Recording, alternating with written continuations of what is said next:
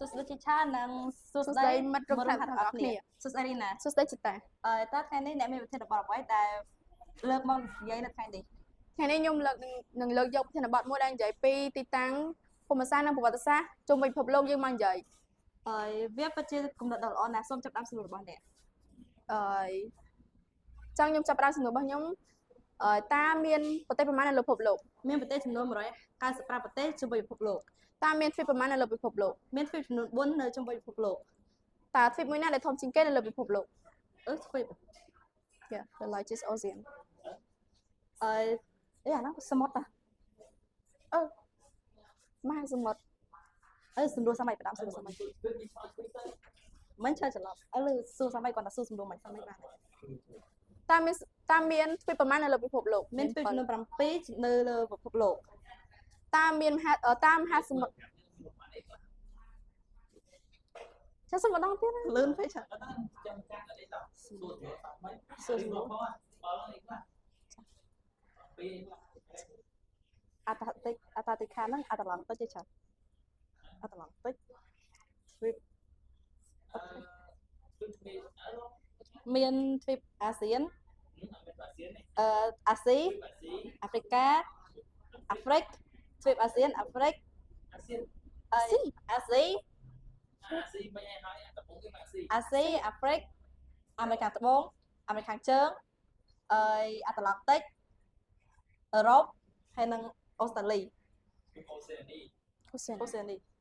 អញ្ចឹងយើងអានអូស្ត្រាលីកើតតែមែនអូសេអានីសម័យចាគាត់ទៅសួរសំណួរមកតើមានទ្វីបប្រមាណនៅលើពិភពលោក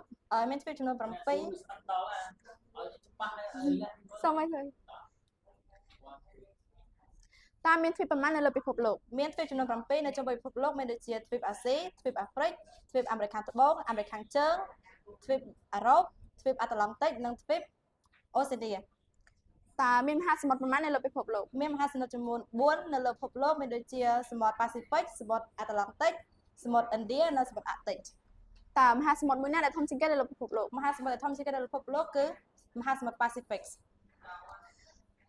តើទ្វីបមួយណាដែលធំជាងគេនៅលើពិភពលោកទ្វីបដែលធំជាងគេនៅលើពិភពលោកគឺទ្វីបអាស៊ីតើទ្វីបមួយណាដែលតូចជាងគេនៅក្នុងលោកទ្វីបដែលតូចជាងគេនៅលើពិភពលោកគឺទ្វីបអូសេានីតើទ្វីបមួយណាដែលក្តៅជាងគេនៅលើពិភពលោកទ្វីបដែលក្តៅជាងគេនៅលើពិភពលោកគឺទ្វីប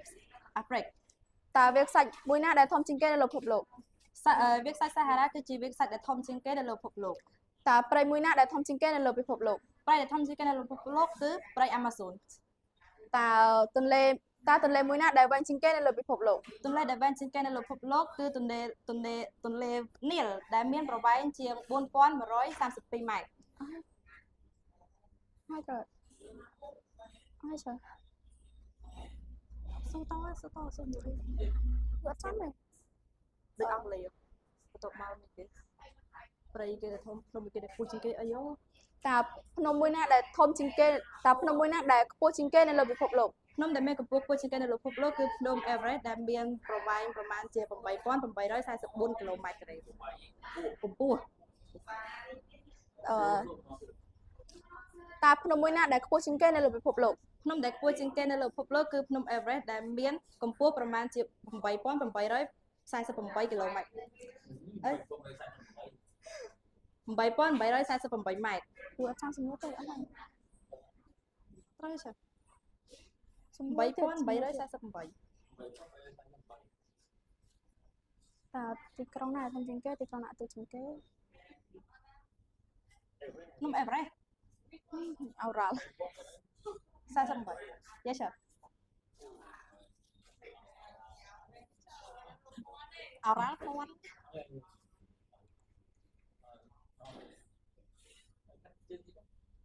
និយាយទៅសួរតាមហែងរៀនអង់គ្លេសមិនតើភ្នំមួយណាដែលធំជាងគេតើភ្នំមួយណាដែលខ្ពស់ជាងគេនៅលើពិភពលោកភ្នំដែលខ្ពស់ជាងគេនៅលើពិភពលោកគឺភ្នំ Everest ដែលមានប្រវែងជាដែលមានកម្ពស់ប្រមាណជា8848ម៉ែត្រតើទីក្រុងមួយណាដែលធំជាងគេនៅក្នុងលោកទីក្រុង biggest country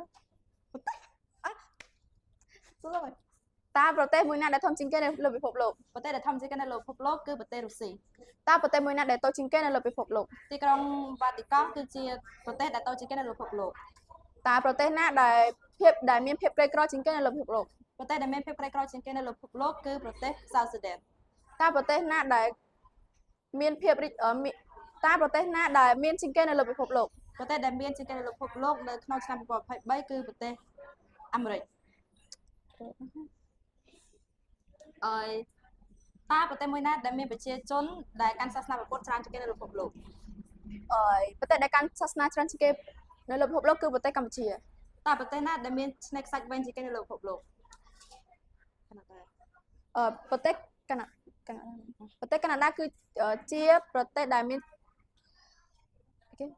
ឆ្នេរខ្សាច់វែងជាងគេ ឆ្នេរខ្សាច់វែងជាងគេនៅលើពិភពលោក តើប្រទេសណាដែលមានភ្នំច្រើនជាងកោះតើប្រទេសណាដែលមានកោះច្រើនជាងគេនៅលើពិភពលោក ប្រទេសដែលមានកោះច្រើនជាងគេលើពិភពលោកគឺប្រទេស Sweden តើប្រទេសណាដែលមានអក្សរច្រើនជាងគេនៅលើពិភពលោក ប្រទេសដែលមានអក្ខរក្រមច្រើនជាងគេលើពិភពលោកគឺប្រទេសឥណ្ឌាមែនប្រទេសខ្មែរប្រទេសកម្ពុជាអូសំឡេងតើប្រទេសណាដែលមានអក្ខរក្រមច្រើនជាងគេនៅលើពិភពលោក ប្រទេសដែលមានអក្ខរក្រមច្រើនជាងគេលើពិភពលោកគឺប្រទេសកម្ពុជា តើមហាកំផែងស្ថិតនៅឯណា មហាកំផែងគឺស្ថិតនៅក្នុងប្រទេសចិន តើប្រទេសណាដែលមានឥទ្ធិពលច្រើនជាងគេនៅលើពិភពលោក ប្រទេសដែលមានឥទ្ធិពលច្រើនជាងគេលើពិភពលោកគឺប្រទេសចិន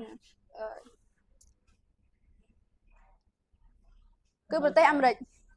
ប្រទេសអាមេរិកសាសនា អាមេរិក សួរសម័យតើប្រទេសណាដែលមានអំណាចជាងគេនៅលើពិភពលោក ប្រទេសដែលមានអំណាចជាងគេលើពិភពលោកគឺប្រទេសអាមេរិក តើក្រុមហ៊ុនផលិតស្រាធំជាងគេស្ថិតនៅប្រទេសណា ប្រទេសដែលផលិតស្រាធំជាងគេ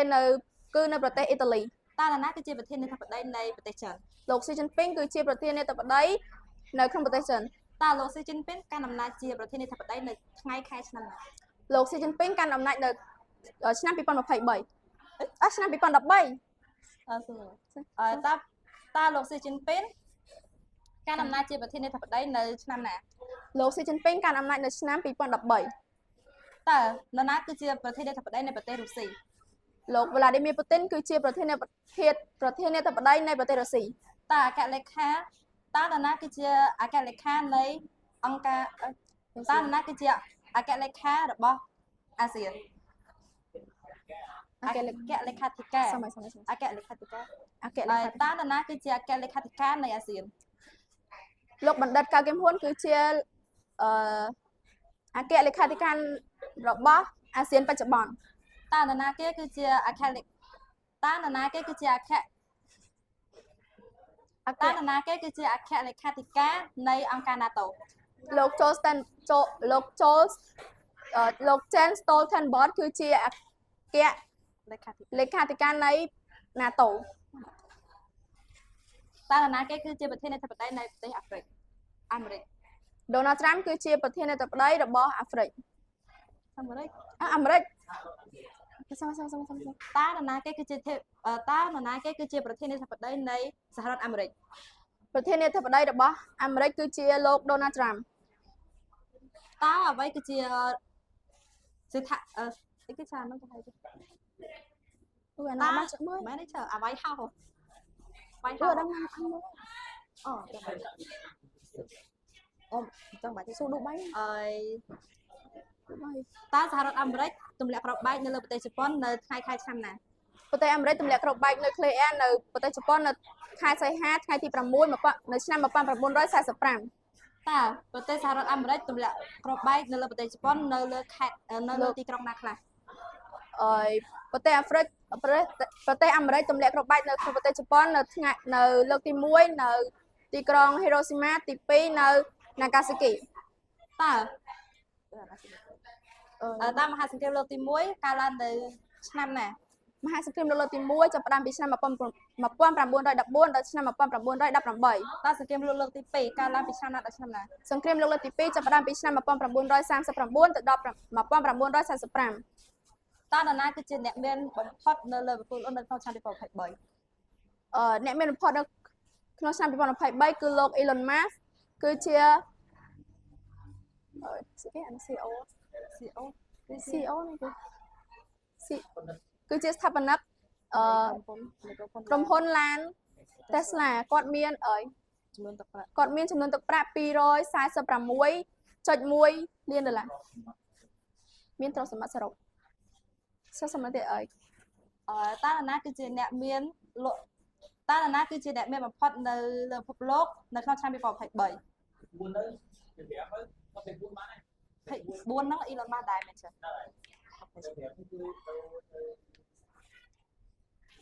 អគ្គលេខាធិការអគ្គនាយកចឹងមែនគឺជាម្ចាស់ក្រុមហ៊ុនគឺជាអគ្គនាយកម្ចាស់ក្រុមហ៊ុនឡាន Tesla គាត់មានអីគេអានឹងទឹកប្រាក់ទេ ទ្រព្យសម្បត្តិ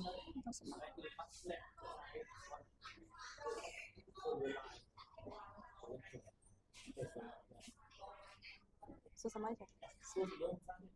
តើនរណាគឺជាអ្នកមានអំណាចតើនរណាគឺជាអ្នកមានបំផុតនៅលើពិភពលោកនៅឆ្នាំ2024 អ្នកមានបំផុតនៅក្នុងឆ្នាំ2024គឺលោក Elon Musk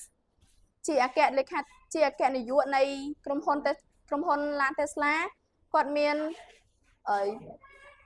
ទ្រព្យសម្បត្តិចំនួន $246.1 លាន ចុះ thank you